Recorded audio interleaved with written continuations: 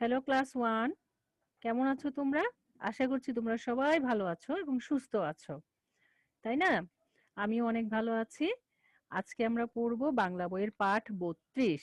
তোমরা সবাই বাংলা বই নিয়েছো নিশ্চয়ই, পেন্সিলও নাও। আর খুব মন দিয়ে আমার কথা শোনো। দেখো পৃষ্ঠা ৪৪-এ পাঠ ৩২, আজকে আমরা আকার শিখব। আকার কিরকম? সোজা একটা টান। এবার দেখো ছবি দেখে গল্পটা শুনো এবং আমার সাথে সাথে কি বলতেও থাকো। প্রথমে যে ছবিটা, একটা ছেলে এবং একজন মহিলাও আছেন। নিচে লেখা আছে কাকা যায় ডাব খায়। কাকা কাকা ছেলেটিকে বোঝাচ্ছে। কাকা হচ্ছে আমরা আঙ্কেল বলি, চাচু বলি, তাই না? কাকাও তাদেরকেই বলা হয়। ডাব খায় মানে তিনি যে ফলটি খাচ্ছেন এই ফলটির নাম হচ্ছে ডাব। কাকা যায় ডাব খায়। প্রত্যেকটা শব্দ দেখো আকার দিয়ে বানান করা। সব আকার দিয়ে বানানগুলো করা হয়েছে। এরপরে আছে খালা যায় জাম খায়।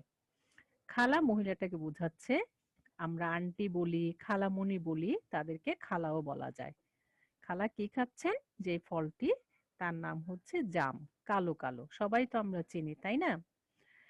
প্রথমে কাকা কি খাচ্ছেন? ডাব। তারপরে খালা খাচ্ছেন জাম। ডাব সারা বছরই আমাদের দেশে পাওয়া যায়, আর জাম হচ্ছে আমাদের দেশে গরমের দিনের ফল, তাই না? ডাব পাকলে কি হয় জানো? ডাব পেকে বাদামি রঙের হয়ে গেলে নারকেল হয়। ঠিক আছে? তাহলে কাকা বানান করতে কি রকম? কাকা বানান করতে কি লাগবে? আকার লাগবে। ক আকার কা, ক আকার কা। আর খালা বানান করতে কি লাগবে? খ আকার খা, লয় আকার লা। ঠিক আছে? এরপরে দেখো নিচের শব্দগুলো উপরের ছবিতে খুঁজে বের করি। যে শব্দগুলো আছে কাকা, ডাব, খালা, জাম, এই সব শব্দগুলো উপরের লাইনে আছে, তাই না? আর সব শব্দগুলো বানান করা হয়েছে কি দিয়ে? আকার দিয়ে। কাকা বানান করতে ক আকার কা, ক আকার কা। ডাব বানান করতে ড আকার ডা, ব ডাব।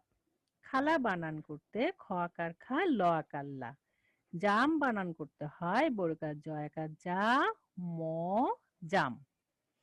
এরপরে দেখো ডট মিলিয়ে আকার লিখি। নিচে যে ছকটি আছে এখানে আহ, প্রথমে দেয়া আছে আকার চিহ্নটি, তারপরে ডট দেয়া আছে। আমি প্রত্যেকটাই পূরণ করেছি। প্রথমে তোমাদেরকে বলা হয়েছে হাত ঘুরিয়ে নিতে, তারপরে খালি ঘরে ঠিক ওই রকম করে লিখতে। দেখো আমিও লিখেছি, তোমরাও বইয়ের মধ্যে পেন্সিল দিয়ে এভাবে প্রথমে ডট মিলিয়ে আকার তৈরি করবে, তারপরে খালি ঘরে লিখবে ওরকম করে। ডট হচ্ছে ফোঁটা। প্রথমের ছবিগুলো দেখো ফোঁটা ফোঁটা, মানে ডট ডট দিয়ে তৈরি করা। ঠিক আছে? এরপরের কাজটি হচ্ছে আকার লিখি ও শব্দ পড়ি। আকার ছাড়া কতগুলো শব্দ আছে এখানে, অর্থাৎ ডট দেয়া আছে। তোমরা ডট দিয়ে আকার তৈরি করবে। আকারটা তৈরি হয়ে যাওয়ার পরে দেখবে কি হয়। ড আকার ডা, ব ডাব। আবার জাম, বর্গার জ আকার জাম ও জাম। মাঝখানে যে ডট দেয়া ছিল আকারটা তৈরি হয়ে যাওয়ার পরে জাম হলো। তারপরে আছে ঢ আকার ঢাক ও ঢাক, ঘ আকার ঘা, দন্তাস্ব ঘাস।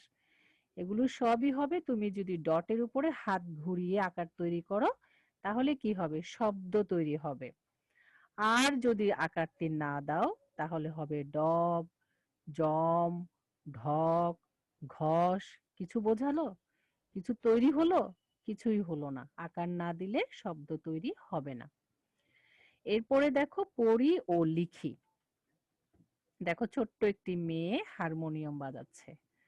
আর আর তার বাবা নিশ্চয়ই সামনে বসে কি কিছু খাচ্ছেন। উপরের লাইনটি দেখো ভাত খায়। নিশ্চয়ই মেয়েটির বাবা থালাতে যা নিয়েছেন ওগুলো হচ্ছে ভাত। ভাত খায়। ভাত বানান করতে কি লেগেছে? ভ লেগেছে, আকার লেগেছে, ত লেগেছে। বানানটা কিভাবে হবে? ভ আকার ভাত, ভাত। খ আকার খা, অন্ত্যেষ্টিয় খায়। এরপর গান গায়, মেয়েটির কথা বোঝাচ্ছে। গান বানান করতে গ আকার গা, দন্তান্ন গান, গ আকার গা, অন্ত্যেষ্টিয় গায়। ভাত খায়, গান গায়। ভাত খায়, গান গায়। আকার না দিলে শব্দ তৈরি হবে না। আকার দিয়ে শব্দ তৈরি করে বাক্যগুলো আমরা আবার পড়ব। কাকা যায়, ডাব খায়। খালা যায়, জাম খায়। ভাত খায়, গান গায়। ভাত খায়, গান গায়। জাব সরি ডাব, জাম, ঢাক, ঘাস। কাকা, ডাব, থালা, জাম। এভাবে বানান করে করে সুন্দর করে আবার তোমরা রিডিং পড়বে। তারপর ডট মিলিয়ে ছকের ঘরটি পূরণ করবে আর আকার দিয়ে বাক্য শব্দগুলো তৈরি করবে আর বাক্যগুলো বানান করে করে সুন্দরভাবে পড়বে। ঠিক আছে শিক্ষার্থীরা, এই পেজটি খুব মন দিয়ে করবে। এগুলোই তোমাদের SW। এ পর্যন্তই পড়বে, আবার আগামী দিন নতুন পড়া নিয়ে আসবো। ভালো থেকো সবাই, আল্লাহ হাফেজ।